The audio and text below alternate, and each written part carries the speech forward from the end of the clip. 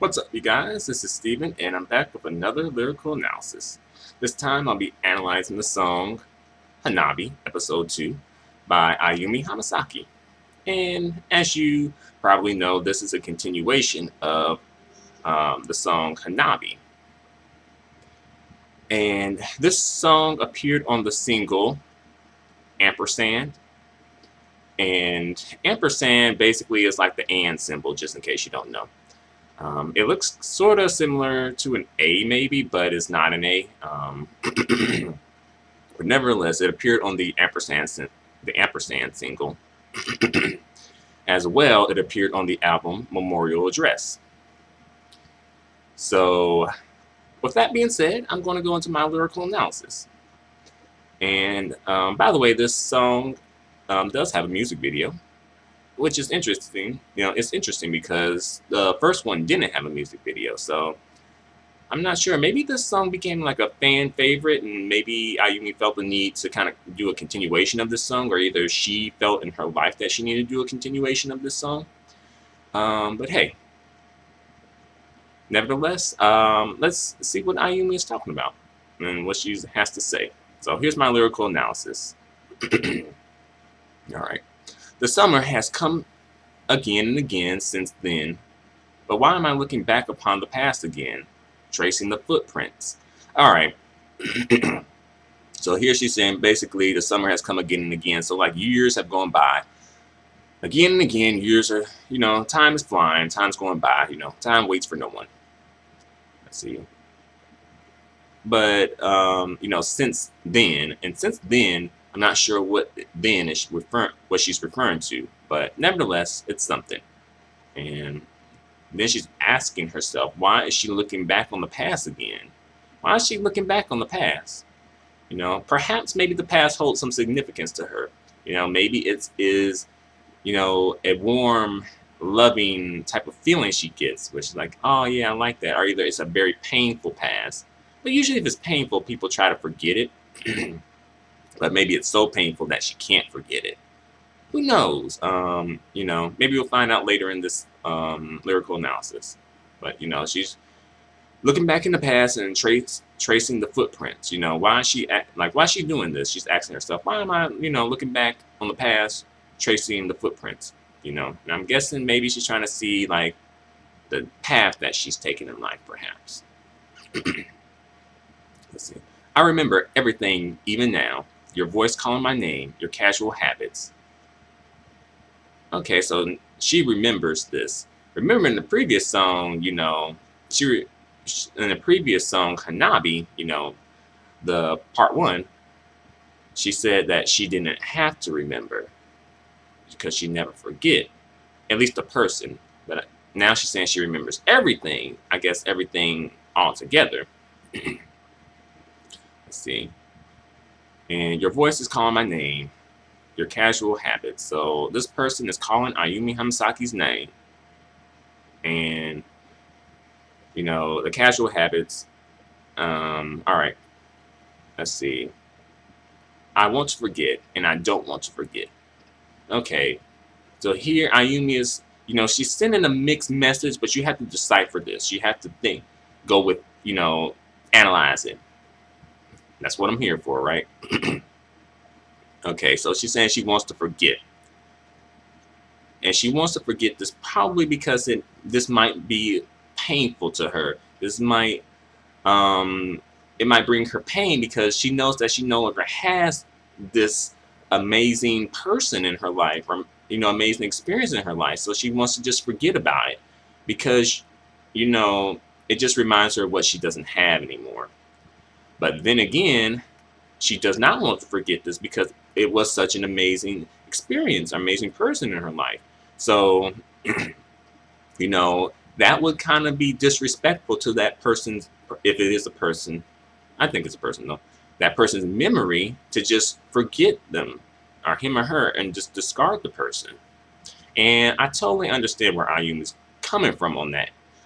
Because, I definitely have had moments similar to that, where it's like, it is painful, but at the same time, you do have to remember it.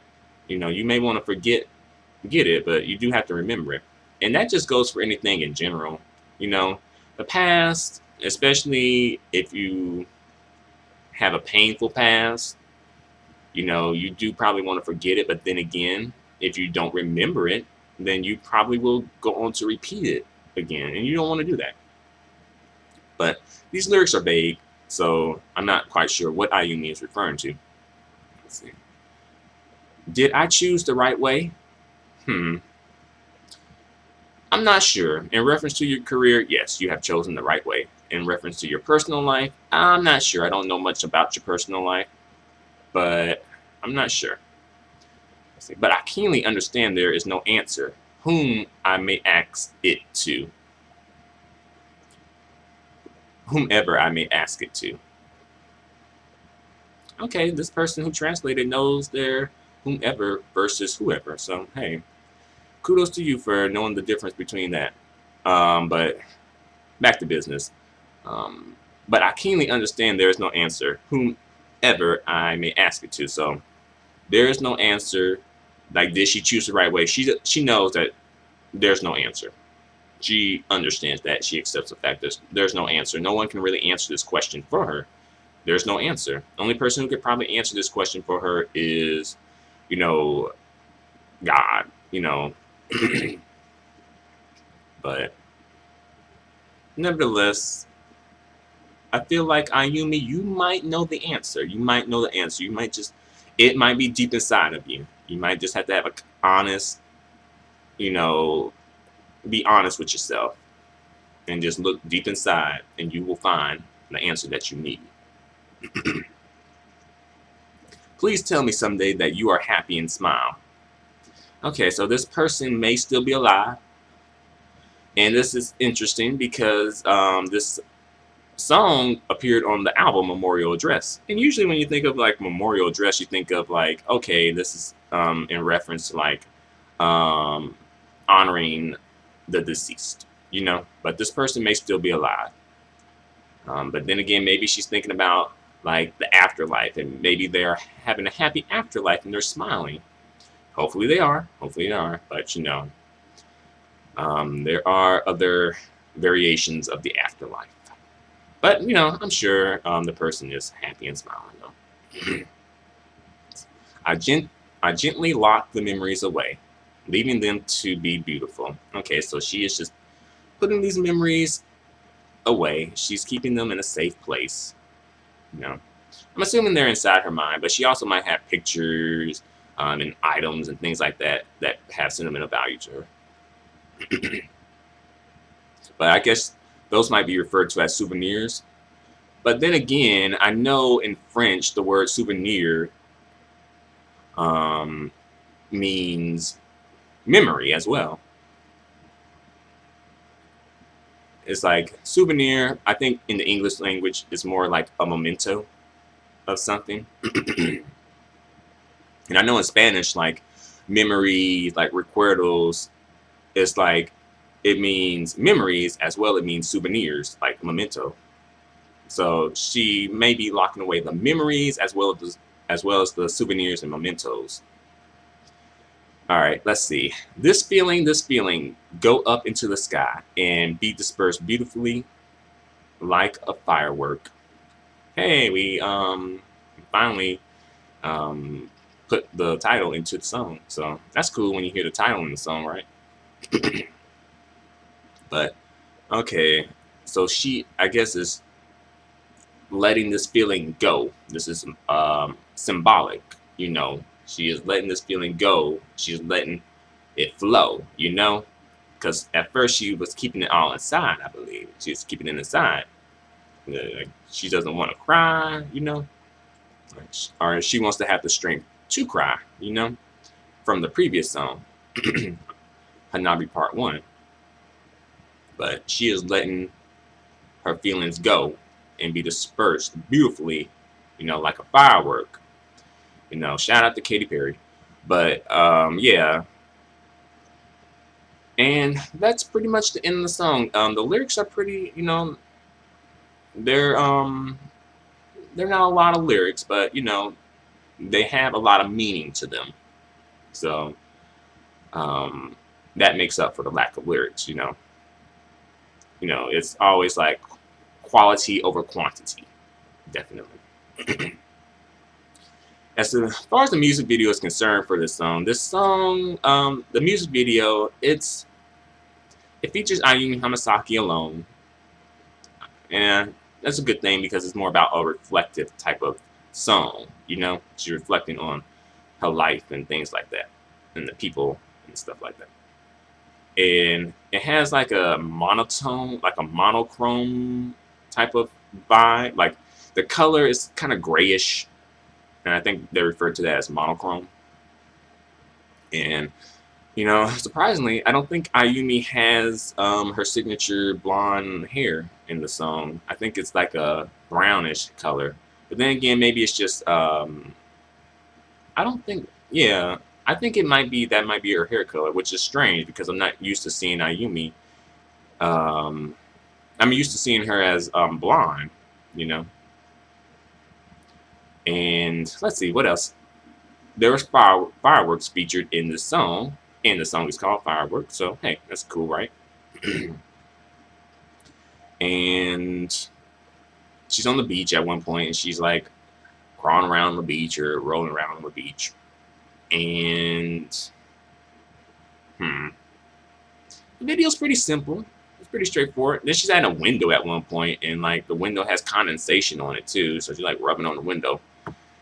And